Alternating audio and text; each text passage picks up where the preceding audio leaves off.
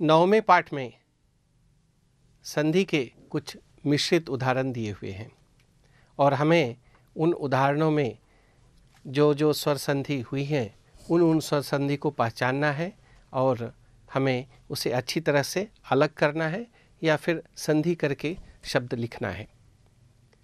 उससे पहले हमने अभी तक जो समझा है उसे एक बार संक्षेप में हम अपने मस्तिष्क में बिठा लें तो हमें यह अभ्यास करने में आसानी होगी। स्वर संधि में सभी भेदों में हमने लगभग स्वर अक्षरों के मिलन से या उसमें होने वाले जो परिवर्तन थे वो भी स्वर थे, इस तरह से हमने अभ्यास किया है। सामान्य रूप से यहाँ हम देखते हैं अ, ई, उ, ऋ, लृ, ए, ऐ, ओ, औ, ये स्वर हैं। हम स्वर संधि को समझने के क्रम में हम इसे इस तरह से विभाजित कर सकते हैं। अ या आ, इसका एक भाग है, दूसरा भाग है ई, उ, ऋ, लृ, और तीसरा भाग है ए, ऐ, ओ, औ। यहाँ हम देखेंगे पूर्व वर्ण के रूप में या परवर्ण के रूप में यही स्वर किसी न किसी रूप में आए हैं। यदि अ, ई, उ, ऋ, लृ पूर्व वर्ण में हो और उसी के सवर्ण स्वर अ के साथ अ या आ, ई के साथ ई या ई, उ के साथ उ या उ, ऋ के साथ ऋ या ऋ, तो सवर्ण दीर्घ संधि होती है। यह हम जान चुके हैं। लेकिन दूसरा क्रम है यहाँ, यदि केवल यह भाग, पहला भाग जो है अ या आ पूर्व वर्ण में है और उसके बाद में यदि ये वर्ण है ई, उ, ऋ, लृ, अ या आ के बाद ई, उ, ऋ, लृ यदि आए तो गुण संधि होगी। और अ या आ के बाद यदि ए, ओ, ऐ, ओ, यह तीसरा जो भाग है ए, ऐ, ओ, यह यदि आता है तो वृद्धि संधि होगी। यदि ई, उ, ऋ, लृ आए तो गुण होगी, ए, ऐ, ओ, औ यह यदि बाद में आता है तो वृद्धि होगी। ये गुण और वृद्धि में यह अंतर हमें समझ लेना चाहिए। और यह जो तीसरा भाग है, जब यह आरंभ अक्षर हो ए, ऐ, ओ, औ और फिर कोई असमान स्वर हो तो अयादि संधि होती है।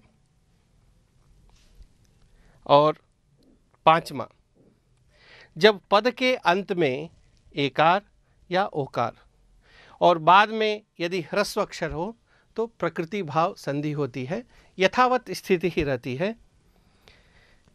इसमें दो विकल्प भी हमने देखे थे, गुण संधि का ही प्रकृति भाव, इसका हमने विकल्प देखा था। जैसे वसंत ऋतु, यह हमें याद होगा, वसंत ऋतु हम ऐसे भी लिख सकते हैं, यथावत लिख सकते हैं, क्योंकि आ के बाद वहाँ रि, पदांत आ के बाद वहाँ रि ऐसा आया था। यदि उस तरह की स्थिति आती है तो प्रकृति भाव संधि होगी। और अयादि संधि का हमने विकल्प देखा था। यहाँ अयादि संधि का विकल्प यहाँ यकार या वकार का लोप होके भी उदाहरण बनता है।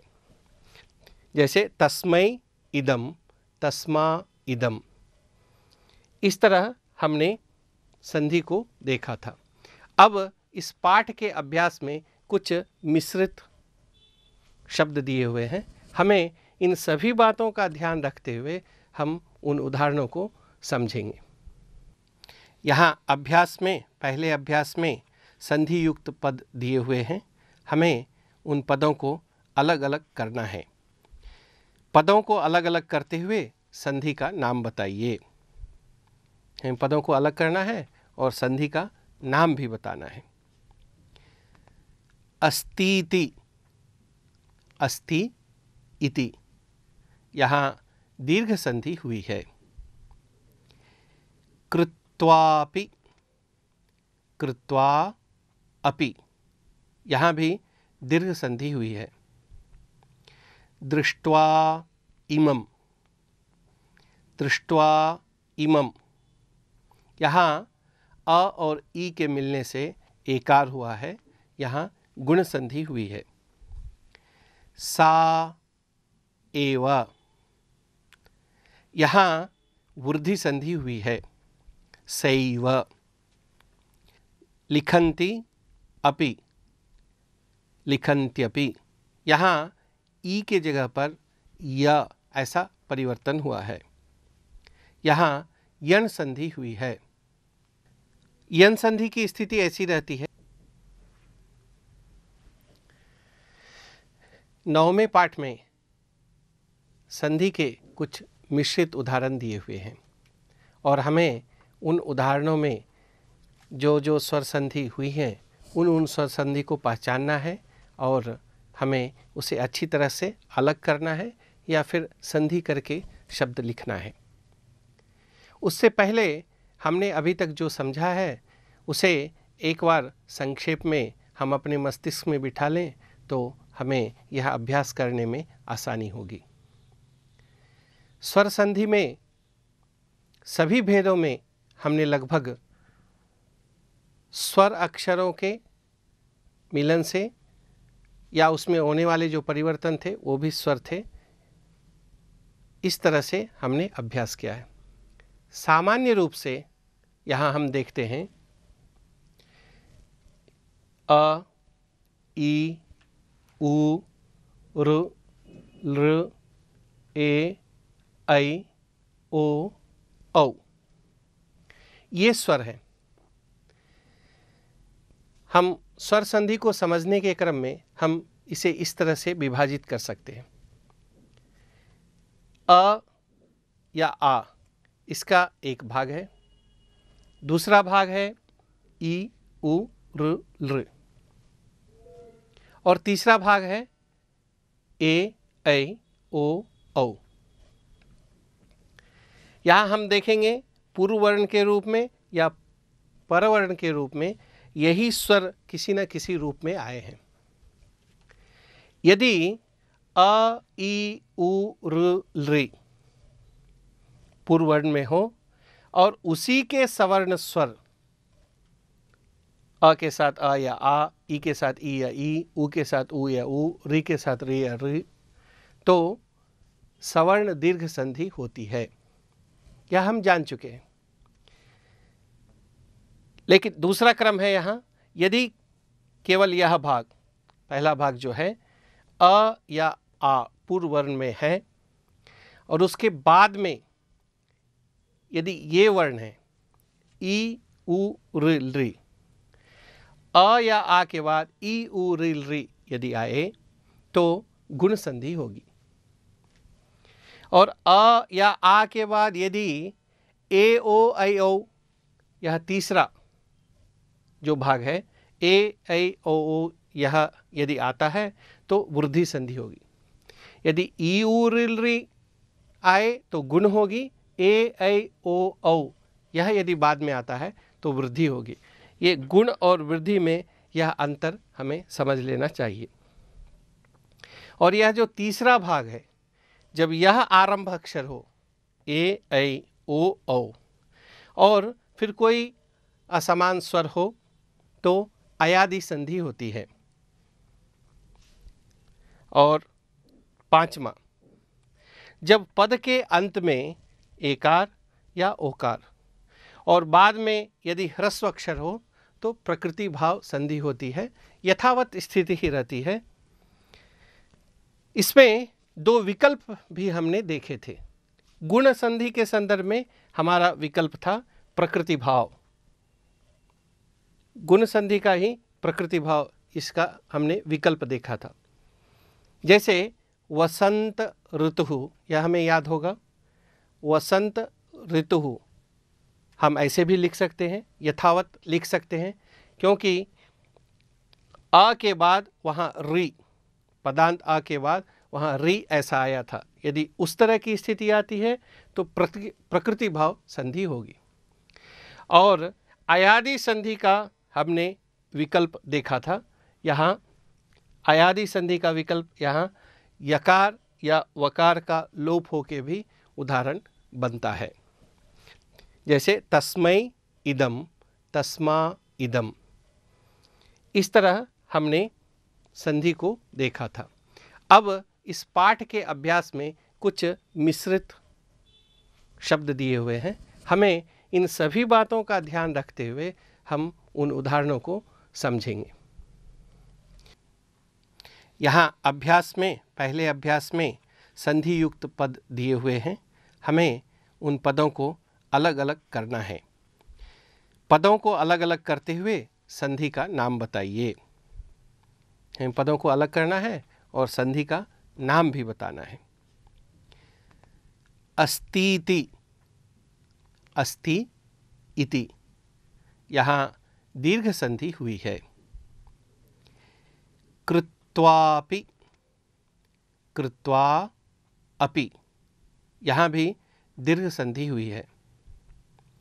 दृष्ट्वा इमं, दृष्ट्वा इमं, यहाँ अ और ई के मिलने से एकार हुआ है। यहाँ गुण संधि हुई है। सा एव, यहाँ वृद्धि संधि हुई है। सैव। लिखन्ति अपि, लिखन्त्यपि, यहाँ ई के जगह पर य ऐसा है। ई उ रि आरंभ में यदि हो और उसके बाद यदि स्वर हो तो समान स्वर नहीं होना चाहिए, असमान स्वर होना चाहिए, तब यन संधि होती है। लिखन्ति अपि, यहाँ ई के स्थान पर यह हुआ है, यह यन संधि है। तासु अपि, यहाँ भी ऊ के स्थान पर वह हुआ है। तास्वपि, तासु अपि, तास्वपि, यहाँ भी यन संधि है। चापि, च अपि, यहाँ सवर्ण दीर्घ संधि है। नैतत्, न एतत्, यहाँ वृद्धि संधि हुई है। एक एकम, यहाँ भी वृद्धि संधि हुई है। एक एकम, एकैकम। उत्तरोत्तरम, उत्तर उत्तरम, उत्तरोत्तरम, यहाँ गुण संधि हुई है। चंद्रोदयः, चंद्र उदयः, यहाँ गुण संधि हुई है। न एकत्र, नैकत्र, वृद्धि संधि ही। दीपस्योपरि, दीपस्य उपरि, यहाँ गुण संधि हुई है। तावत्र, तौ अत्र, यहाँ अयादि संधि हुई है। औ के स्थान पर आव यह आदेश हुआ है। बालकेपि, बालके अपि, यहाँ पदांत एकार है और उसके बाद ह्रस्व आकार है, इसलिए यहाँ पूर्व रूप संधि हुई है। विदितावेतौ, विदितौ एतौ, यहाँ अयादि संधि हुई है। औ की जगह आव यह आदेश हुआ है। सर्वेपि, सर्वे अपि, यहाँ पूर्व रूप संधि हुई है। दीपेषु अपि, दीपेषु अपि, ऊ की जगह वह है, इसलिए यह यन संधि है। गिरा उदितः, गिरौ उदितः, औ की जगह पर यहाँ आव आदेश हुआ है, इसलिए यह अयादि संधि का उदाहरण है। ज्ञायते एव, ज्ञायत एव, यहाँ यकार का लोप हुआ है। इसलिए यह यकार वकार लोप संधि का जो उदाहरण है वहाँ य का लोप होकर ज्ञायत एव उसका उदाहरण है। सर्वस्मा अपि, सर्वस्मै अपि, यहाँ सर्वस्मै के बाद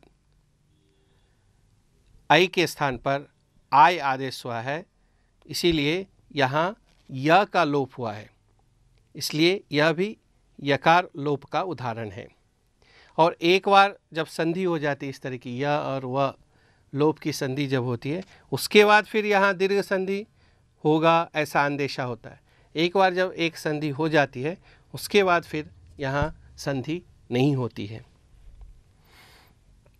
दूसरा अभ्यास है, अलग अलग शब्द दिए हुए हैं, हमें संधि करना है। जोड़िए और संधि का नाम बताइए। हम करके देखते हैं। न इति, नेति गुण संधि है। न एनम, नैनम, यहाँ वृद्धि संधि है।